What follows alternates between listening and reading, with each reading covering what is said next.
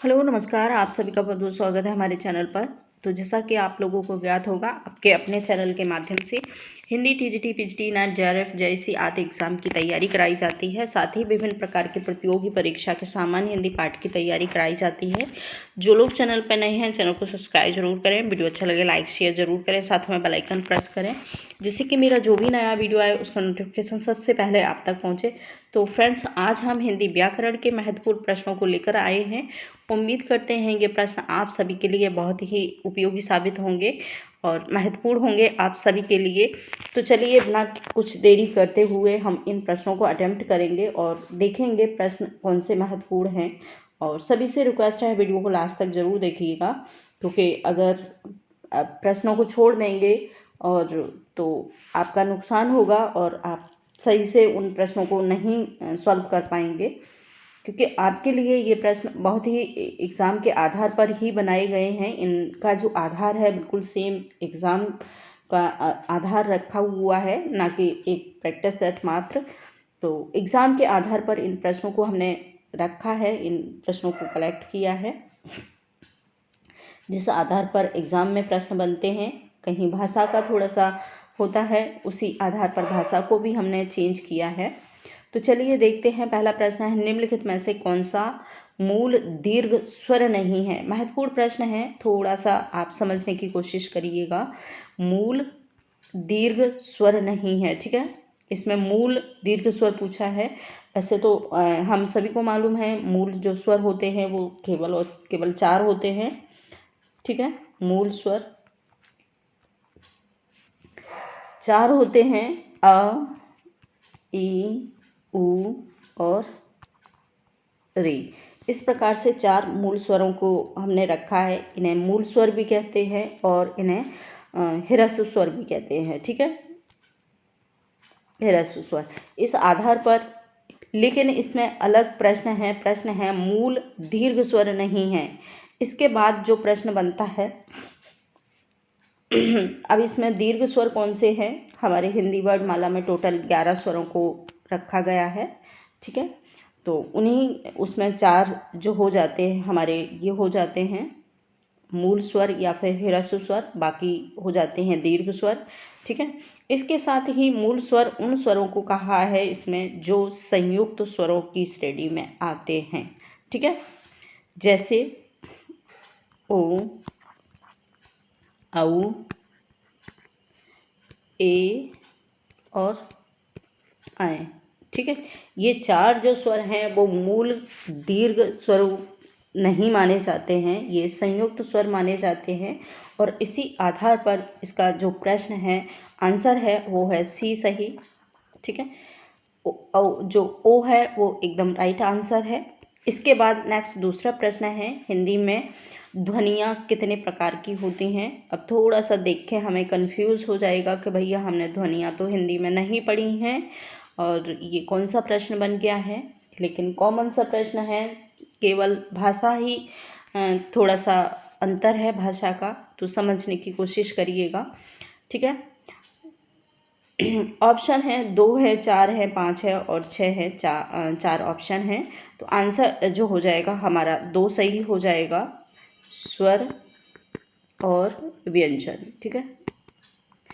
व्यंजन, ये 2 ही प्रकार होते हैं हमारी हिंदी वर्णमाला की ध्वनियों के, ठीक है। तो स्वर और व्यंजन राइट आंसर हमारा हो जाएगा ये सही, ठीक है। इसके बाद है नेक्स्ट दूसरा प्रश्न है, मात्रा के आधार पर स्वर कितने प्रकार के होते हैं। महत्वपूर्ण प्रश्न है। मात्रा के आधार पर, वैसे तो मूल रूप से देखा जाए कि स्वरों को जो विभाजन है 2 भागों में हुआ है, 2 भागों में हुआ है। वो है मूल स्वर, सॉरी 2 भागों में हमारे जो वर्णमाला का विभाजन हुआ है 2 भागों में हुआ है। एक है मूल स्वर या फिर ह्रस्व स्वर, ह्रस्व स्वर। दूसरा है दीर्घ स्वर। ये 2 प्रकार से हमारी जो भाषा में स्वरों का विभाजन है 2 प्रकार से हुआ है, लेकिन मात्रा के आधार पर करते हैं तो कहीं ना कहीं 3 भागों में बांटते हैं इसको। ठीक है, पहला है मूल या फिर ह्रस्व स्वर, दूसरा दीर्घ स्वर, तीसरा जो है भाग वो है प्लुप्त स्वर। ठीक है, प्लुप्त स्वर। ठीक है, इस आधार पर हम 3 भागों में बांटते हैं। प्लुप्त स्वर कौन से होते हैं? जिन स्वरों में मूल स्वर से ज़्यादा, दीर्घ स्वर से ज़्यादा समय लगता है, उनको हम कहते हैं प्लुप्त स्वर। ठीक है, और जैसे ओम, उसमें थोड़ा सा हमें स्वर हमारा वही है, लेकिन जो समय है वो थोड़ा सा ज़्यादा लगता है, इसी आधार पर उन्हें प्लुप्त स्वर बोला गया है। इसके साथ ही नेक्स्ट दूसरा प्रश्न है, जना के आधार पर स्वर कितने प्रकार के होते हैं? महत्वपूर्ण प्रश्नों को सारे प्रश्नों को रखा हुआ है। ऐसे प्रश्न हैं जो बहुत बार एग्ज़ाम में रिपीट हुए हैं और हमेशा रिपीट होते हैं। ठीक है, जना के आधार पर, ठीक है, किस प्रकार से स्वरों का विभाजन हुआ है ये आप समझ लीजिएगा। ऑप्शन है 2 हैं, 3 हैं, 4 है और 6 है। 4 ऑप्शन हैं, तो आंसर जो हो जाएगा इसका हो जाएगा बी सही, यानी कि 3 सही है। ठीक है, तीन भागों में बांटा है जना के आधार पर। जना का मतलब होता है जीभ के आधार पर स्वरों का जो विभाजन है वो 3 प्रकार से होता है। पहला है अग्र स्वर, दूसरा है मध्य स्वर और तीसरा है पश्च स्वर। ठीक है, इस आधार पर हम जना स्वरों का विभाजन किया है जना के आधार पर, तो आप लोग समझिएगा। ठीक है, इसके बाद नेक्स्ट दूसरा प्रश्न है। अगर इस प्रश्न को समझाने बैठेंगे तो सारा का सारा टाइम जो है एक प्रश्न में ही निकल जाएगा, लेकिन अभी आप इतना ही समझिएगा। हमने एक वीडियो बनाया है जिसमें हमने जना के आधार पर और कंठ के आधार पर सारे के सारे जो हमारे स्पर्श व्यंजन हैं, स्पर्श स्थान हैं, उनके आधार पर हमने स्वरों को और व्यंजनों का विभाजन किया है। तो कोशिश करिए आप उस वीडियो को ज़रूर देखेंगे तो सारी की सारी बातें आपको समझ आ जाएंगी। लेकिन यहाँ प्रश्न इतना ही समझिएगा कि जना के आधार पर स्वरों का विभाजन 3 प्रकार से हुआ है, अग्र स्वर, मध्य स्वर और पश्च स्वर। ठीक है, इसके बाद नेक्स्ट दूसरा प्रश्न बनता है। प्रश्न है, एक से अधिक वर्डों के मेल को क्या कहते हैं? ठीक है, जहाँ पर एक से अधिक वर्ड मिलते हैं उन्हें क्या कहते हैं? अक्षर कहते हैं, स्वर कहते हैं, शब्द कहते हैं या फिर व्यंजन कहते हैं। तो आंसर जो हो जाएगा वो हो जाएगा डी सही, व्यंजन। व्यंजन हमेशा किसी 2 वर्डों के मेल से ही बना है, क्योंकि का अगर हम कहेंगे तो इसमें 2 हैं, का प्लस अ। कोई भी हम हिंदी विभाजन का वर्णमाला का वर्ड लेंगे उसमें सब में मेल से ही बने हैं, किसी न किसी के मेल से बने हुए हैं। तो आप समझिएगा कि मेल को कहते हैं। ठीक है, एक से अधिक मेल को क्या कहते हैं? तो वो व्यंजन है। स्वर अपने आप में स्वतंत्र माने गए हैं, इन्होंने किसी की सहायता से नहीं बोले जाते हैं स्वर, और इन्हें स्वतंत्र रूप से अलग किया गया है। व्यंजन लेकिन हमेशा स्वरों की सहायता से बोले जाते हैं। ठीक है, इसके बाद है प्रश्न नंबर 6, ई च छ जा झा आदि उच्चारण किससे होते हैं? आदि जो वर्ड हैं इनका उच्चारण किस स्थान से होता है ये हमको बताना है। ऑप्शन है कंठ से होता है, मूर्धन से होता है, ओष्ठ से होता है या फिर तालव्य से होता है। तो आंसर जो हो जाएगा वो हो जाएगा डी सही, तालव्य से ही ई च छ जा झा और या ये व्यंजन हैं, सारे के सारे तालव्य व्यंजन हैं। और इसका एक सूत्र है, सूत्र भी आप याद रखिएगा, ई चू ई शा ईशा नाम तालव्य। ठीक है, तालु,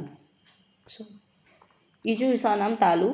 इस प्रकार से इस सूत्र को अगर हम याद करेंगे तो जो तालव्य व्यंजन के जितने भी वर्ड हैं, जितने भी स्वर हैं, जितने भी व्यंजन हैं, सारे के सारे आ जाते हैं। ई से आता है हमारा ई और ई दोनों हो। चा से आता है चा वर्ड के सारे व्यंजन, ठीक है। और शा से ये शीटी वाला सा आ जाता है और ये इसके साथ ही ये आते हैं ईचू ईशा नाम तालु। इस प्रकार से हम इन तालव्य व्यंजनों को याद कर सकते हैं सूत्र के आधार पर। तो आंसर हमारा जो हो जाएगा डी सही हो जाएगा, तालव्य, ठीक है। इसके बाद प्रश्न है हमारा 7। प्रश्न है जिनका उच्चारण स्वतंत्रता से होता है और जो व्यंजन के उच्चारण में सहायक होते हैं उसे क्या कहते हैं। वही प्रश्न है, बस भाषा थोड़ी चेंज है, लैंग्वेज का थोड़ा सा अंतर किया हुआ है इन प्रश्नों में, और उसी के आधार पर हम समझ सकते हैं कि इसका आंसर क्या हो सकता है। आप ज़रूर गैस करके बताइएगा। ऑप्शन है स्वर है, सर्वनाम है, संज्ञा है, उपसर्ग है, 4 ऑप्शन है।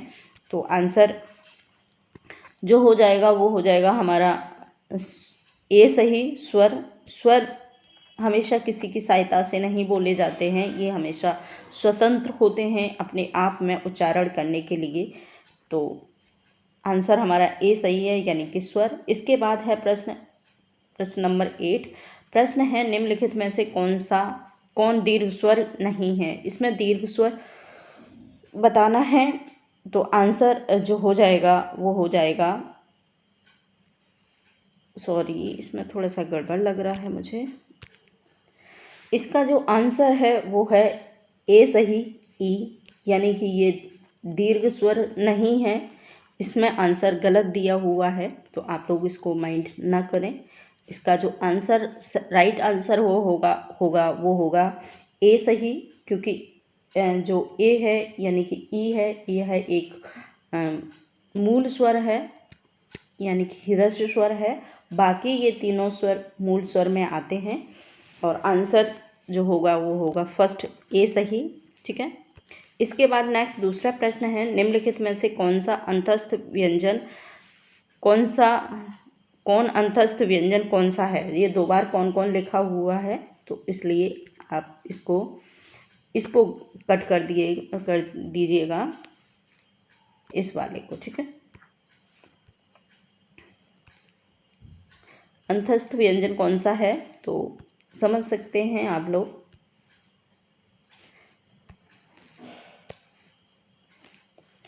ये वाला कट कर दीजिएगा। निम्नलिखित में से अंतस्थ व्यंजन कौन सा है। ऑप्शन है गा है, जा है, वा है और सा है। तो आंसर जो हो जाएगा वो हो जाएगा सी सही। अंतस्थ व्यंजन हमारे 4 होते हैं, य, र, ल और वा। ये 4 अंतस्थ व्यंजनों की श्रेणी में आते हैं, तो आंसर हमारा हो जाएगा सी सही, ठीक है। इसके बाद है प्रश्न या का उच्चारण स्थान क्या है। महत्वपूर्ण प्रश्न है, या का उच्चारण स्थान। ऑप्शन है ओष्ठ है, दांत है, मूर्ध है, तालु है, 4 ऑप्शन है। तो ऊपर हमने जो उसका सूत्र दिया हुआ था ईचू यशा नाम तालु, ठीक है। तो इसमें या और श दोनों ही आते हैं, और ई और ई ये इस प्रकार से तालु में आ जाते हैं, बाकी चा वर्ड के सारे व्यंजन, ठीक है। तो आंसर जो हो जाएगा डी सही हो जाएगा, या, ठीक है, तालु। इसके बाद प्रश्न है नेक्स्ट दूसरा प्रश्न है काकल्य वर्ड कौन सा है। महत्वपूर्ण प्रश्न है, काकल्य वर्ड बहुत बार आता है, और बस थोड़ा सा कन्फ्यूजन की वजह से ये हमेशा छूट जाते हैं बच्चों से। तो कोशिश करिए इन जो लैंग्वेज को ध्यान में रखिएगा। काकल्य वर्ड कौन सा है। ऑप्शन है या है, शाह है, हा है और है ड़ा, ठीक है। 4 हैं ऑप्शन हैं, तो आंसर जो हो जाएगा हमारा हा हो जाएगा। हाग एक काकल व्यंजन में आता है। ठीक है, आंसर हमारा सी सही हो जाएगा। इसके बाद है नेक्स्ट दूसरा प्रश्न है अंतस्थ और ऊष्म में कितने वर्ण होते हैं। अंतस्थ और ऊष्म व्यंजन टोटल कितने होते हैं ये पूछा है। तो आंसर जो हो जाएगा वो हो जाएगा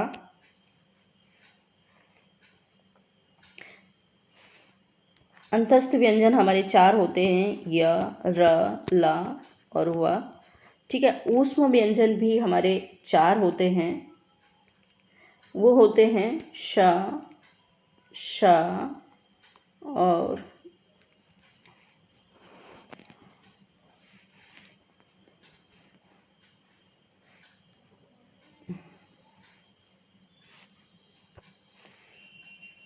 आंसर इसका जो हो जाएगा वो हो जाएगा सी सही, बी सही।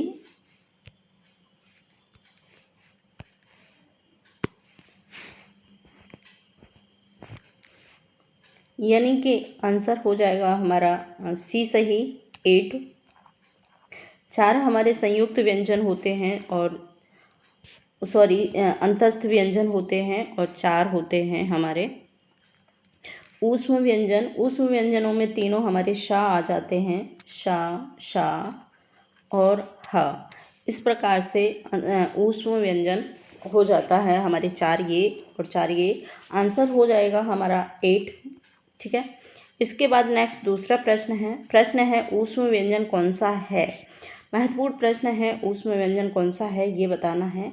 ऑप्शन है हा है, ला है, मा है और जा है। तो ऊपर हमने बताया है कि आंसर हमारा हो जाएगा हा सही।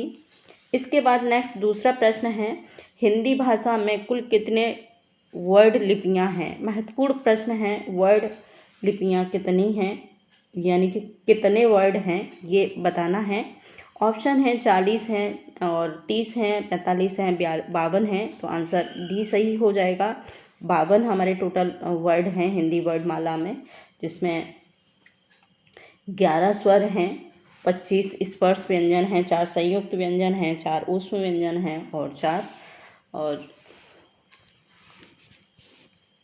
3 संयुक्त व्यंजन हैं, 4 ऊष्म व्यंजन हैं। इस प्रकार से इसका विभाजन हुआ है। इसके बाद है प्रश्न नंबर 15।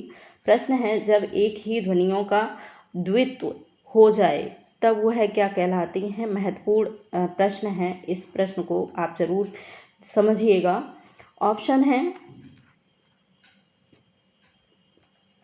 ऑप्शन है संयुक्त ध्वनियाँ हो जाती हैं, युग्मक ध्वनियाँ हो जाती हैं और संपृक्त ध्वनियाँ हो जाती हैं या फिर पारस्परिक ध्वनियाँ हो जाती हैं। तो आंसर जो हो जाएगा वो बी सही हो जाएगा। युग्मक ध्वनियों की श्रेणी में आ जाती हैं जब ध्वनियाँ का द्वित्व हो जाता है। तो आंसर हमारा बी सही है। इसके बाद आज इतना ही फ्रेंड्स। नेक्स्ट दूसरे वीडियो में हम और व्याकरण संबंधी महत्वपूर्ण प्रैक्टिस सेट को लेकर आएंगे। तो सभी से निवेदन है एक कमेंट ज़रूर करके जाइएगा।